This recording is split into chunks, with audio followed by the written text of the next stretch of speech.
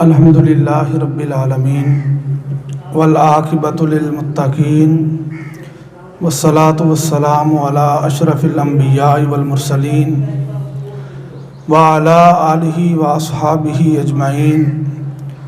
اما بعد فاعوذ باللہ من الشیطان الرجیم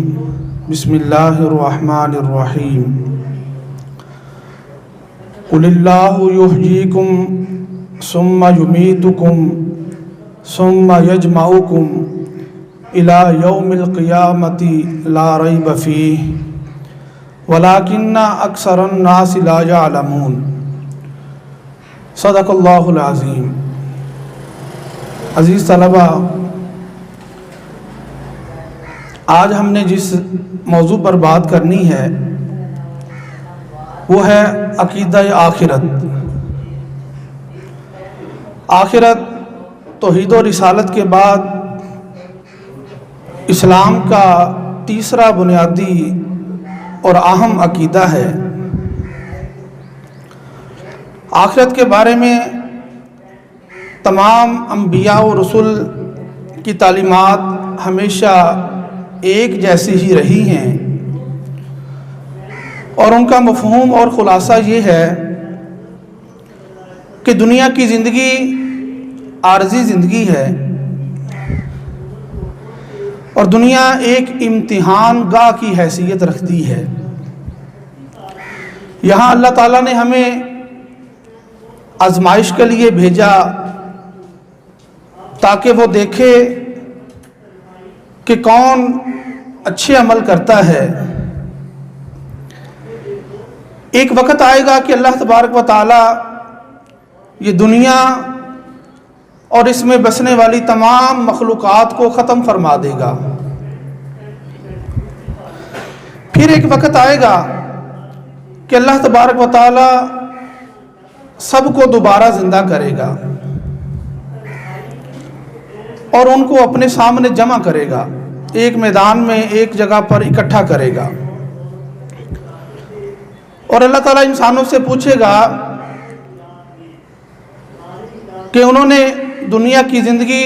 کن کاموں میں صرف کی۔ ہر عمل کے بارے میں پوچھا جائے گا۔ اللہ کے نزدیک جس کی نیکیاں زیادہ ہوں گی اسے بخش دے گا، اور جس کی برائیاں زیادہ ہوں گی اسے سزا دے گا۔ جسے بخشے گا اسے اپنی نعمتوں والی جنت میں داخل فرمائے گا، اور جسے سزا ملے گی اسے وہ جہنم میں داخل کرے گا جو اس کی سزا کی جگہ ہے۔ تو اصل زندگی آخرت کی ہی زندگی ہے، جو ابدی ہے، جو دائمی ہے، جو ہمیشہ ہمیشہ رہنے والی ہے۔ اس دنیا میں جو ہمیں موت آتی ہے اس موت کا مطلب خاتمہ نہیں ہے، بالکل ختم ہو جانا نہیں ہے، بلکہ ایک مرحلے سے دوسرے مرحلے میں منتقل ہونے کا نام موت ہے، کہ ہم اس عارضی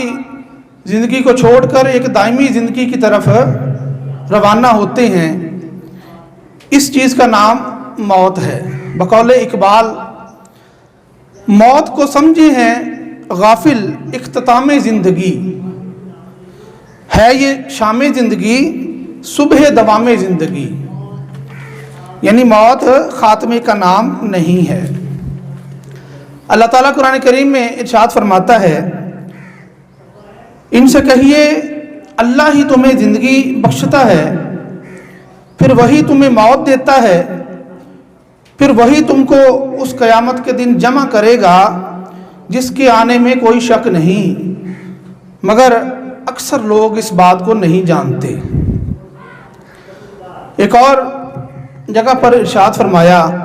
منہا خلقناکم وفیہا نعیدکم ومنہا نخرجکم تارۃ اخری۔ اسی زمین سے ہم نے تم کو پیدا کیا ہے، اسی میں ہم تمہیں واپس لے جائیں گے اور اسی سے تم کو دوبارہ نکال لیں گے۔ قرآن کریم کی بہت ساری آیات میں اللہ تعالیٰ نے عقیدہ آخرت کو بڑی وضاحت کے ساتھ بیان فرمایا، اور بہت زیادہ قرآن کریم میں اس بات پر زور دیا گیا کہ لوگ عقیدہ آخرت پر ایمان رکھیں، کیونکہ عقیدہ آخرت پر ایمان مضبوط ہونا انسان کے اندر بہت ساری مثبت تبدیلیاں لاتا ہے۔ جب انسان کو کہیں جواب دہی کا خیال ہو کہ میرے عمل کے بارے میں مجھ سے پوچھا جائے گا، تو انسان اپنے عمل کو بہتر کرنے کی کوشش کرتا ہے، اور پھر یقین ہو اس بات کا کہ پوچھنے والی ذات وہ اللہ رب العزت کی ذات ہے، جو قادر مطلق ہے، جو ہر چیز پر قادر ہے، جو ہر چیز کو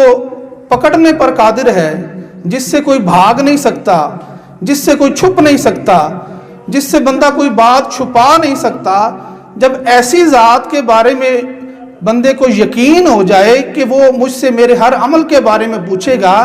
تو پھر یقیناً انسان اپنے عمل کو بہتر کرنے کی کوشش کرتا ہے، اور اللہ اور اس کے رسول صلی اللہ علیہ وسلم کے احکامات کے مطابق اپنے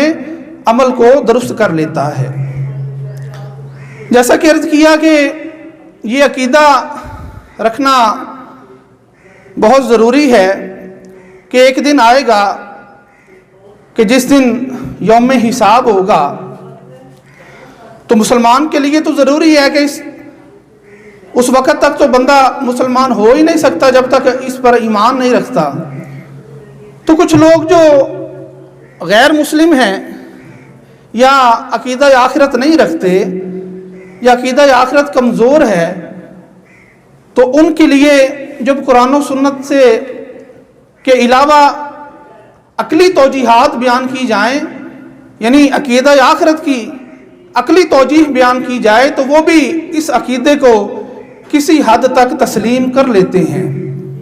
جیسا کہ ہم اپنے عام مشاہدہ میں دیکھتے ہیں کہ ایک بندہ نیکی کرتا ہے، لیکن اسے اس کا پورا فائدہ یا اجر نہیں اس دنیا میں ملتا، اور وہ اس نیکی کا فائدہ حاصل کیے بغیر ہی دنیا سے رخصت ہو جاتا ہے۔ اسی طرح ہم دیکھتے ہیں کہ ایک شخص ہے، وہ بہت زیادہ برائی کرتا ہے، بدی کا راستہ اختیار کرتا ہے، اور ہم دیکھتے ہیں کہ دنیا کے اندر اس کو کبھی تو بالکل سزا نہیں ملتی، اور کبھی کبھار سزا ملتی ہے تو اس کے جرم سے بہت کم ملتی ہے۔ تو پھر سوال یہ پیدا ہوتا ہے کہ انصاف کہاں ہے؟